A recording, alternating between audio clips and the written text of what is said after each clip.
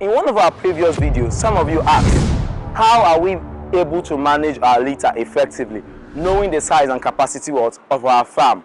And again, we know that an effective management of litter will result to good air and a fly-free environment. And it is very, very important, not just for the health status of your birds, but also for the health of your workers.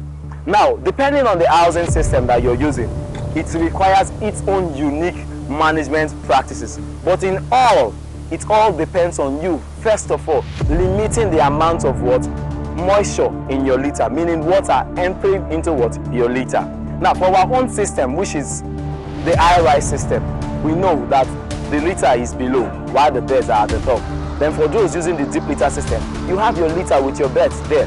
Then we have the same cage system whereby it's a bungalow and you see people flush their litter out.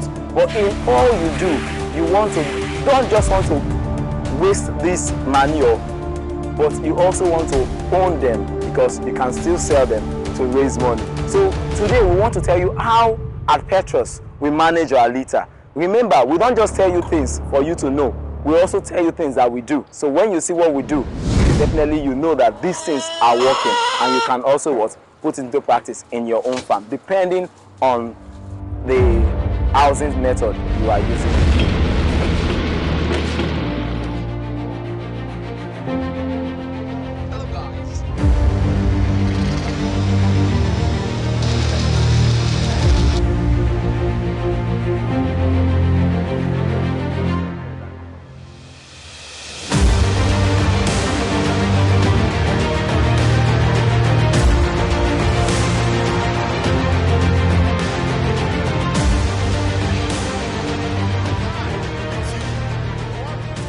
So before I continue, don't forget to subscribe, like and share this video. Help a farmer to help a farmer.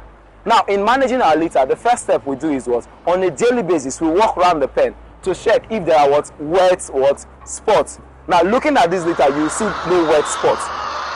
Now, if there are, we tend to go back to the pen to see the spots where the wet spot is coming from, where is leaking. We check the nipple that is leaking. Now, so many things might make the nipples to leak. Either it's disaligned from where it was, or based on the fact that the birds are drinking, they tend to tap the nipple and it starts dropping.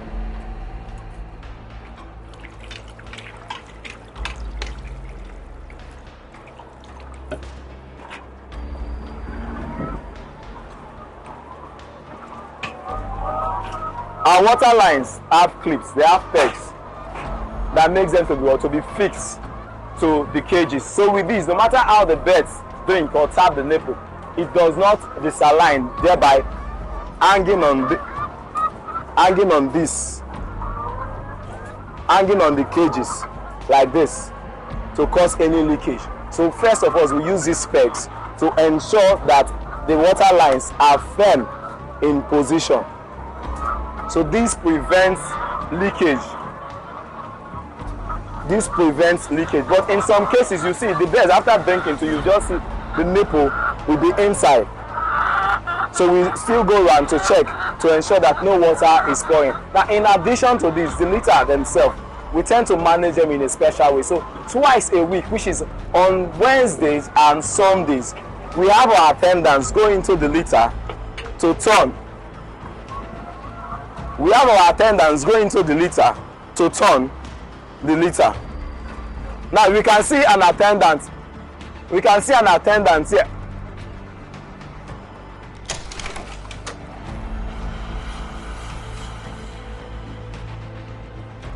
Turning the litter. Now this is done to aerate the litter. If you can see the top surface whereby the fresher ones are coming will be turned upside down so as to prevent this majorly. Apart from aerating the litter to prevent the buildup of ammonia inside, it also helps to reduce the proliferation of flies, because we know that these insects produce in an environment that is highly moist, over 75% moisture. So when we do this, when we aerate this, we prevent the buildup of moisture, and we also ensure that the larvae or the eggs that they've laid is being turned, and those larvae or eggs cannot survive a high temperature. So this is what we do on Wednesdays and Sundays. If you can see inside the pit also, we have fans. So the fans also help to aid drying. Now, we are not telling you to go and get fans. You make do with what you have. For those of us that are using the drip litter system, on a daily basis, as you walk around your pen to ensure that your beds are healthy, you also check for wet spots. Now, these wet spots, you pack them and replace them with sawdust or wood shavings, whichever that you use. Now, before we place our beds inside, we have sawdust laid on the floor of this pen, of each section, each row. Now, on this sawdust is what the beds are to drop their litter, and the sawdust is also mixed with charcoal. This is to aid the smell, to prevent smell,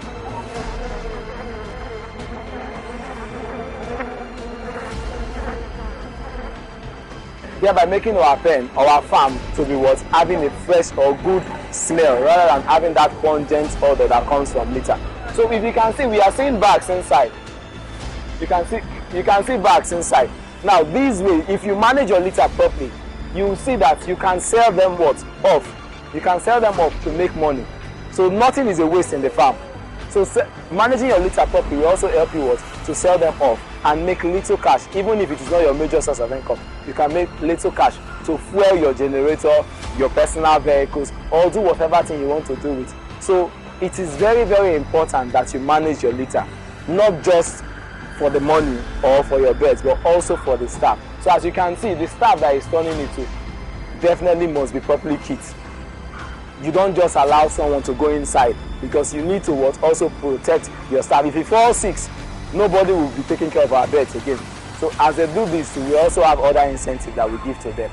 Now, these are ways that we use in managing our litter in Petra's farm, and I believe you've learned one or two.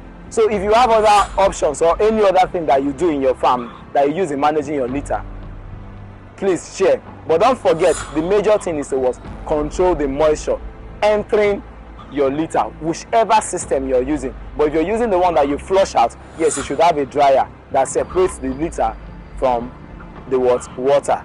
So it helps to keep it dry, and you can also sell it off, as we say. Thank you.